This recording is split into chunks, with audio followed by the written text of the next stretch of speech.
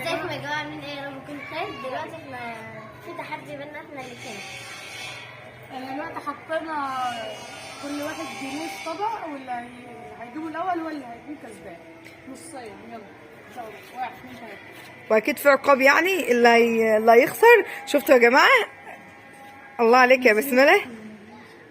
يلا يا هند. اللي هيخسر هيكنس الشارع. ايه هنا، ها قدامنا دقيقه. هنا ماتت. اجري. انت يا صفرة. وانت ايه؟ استنى عمالة تيجي يا بسمله.